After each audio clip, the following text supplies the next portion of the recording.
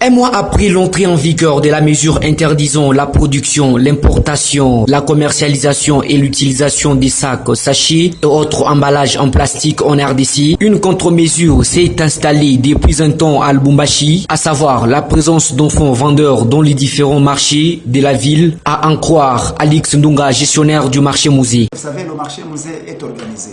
Il y a la sécurité militaire, il y a la sécurité civile.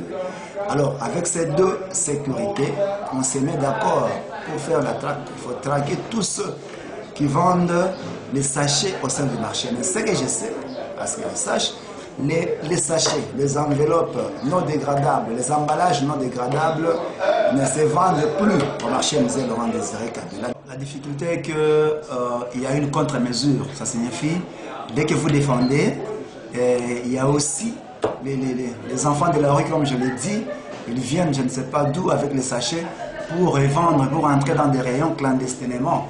La deuxième difficulté, c'est les emballages biodégradables. Ça signifie qu'il y a un manque des emballages biodégradables. Les acheteurs qui venaient au marché, ils passaient directement au vendeur et achetaient quelques histoires avec comme souplesse emballage de sachets. Mais aujourd'hui, il y a un problème, c'est qu'il y a un manque, il n'y a pas visibilité des emballages biodégradables en grande quantité. Il y en a, mais en grande quantité.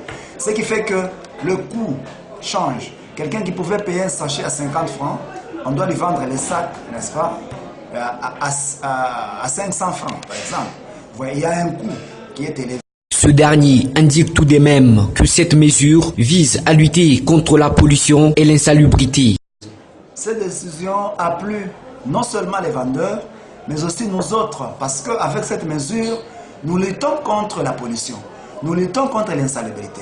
Lubumbashi, c'est une ville propre. Le marché musée, c'est un marché propre. Et dès qu'il y a une multiplicité de ventes de sachets, dès que les sachets sont visibles au marché, vous allez vous rendre compte que le marché devient sale. Le marché n'est plus respecté. La beauté du marché va se perdre. Pour rappel, Marcel Ilunga Léo, ministre de l'Industrie, avait promis d'appliquer la tolérance zéro à tout entrepreneur qui s'entêtera à produire et commercialiser les emballages plastiques sur toute étendue de la RDC.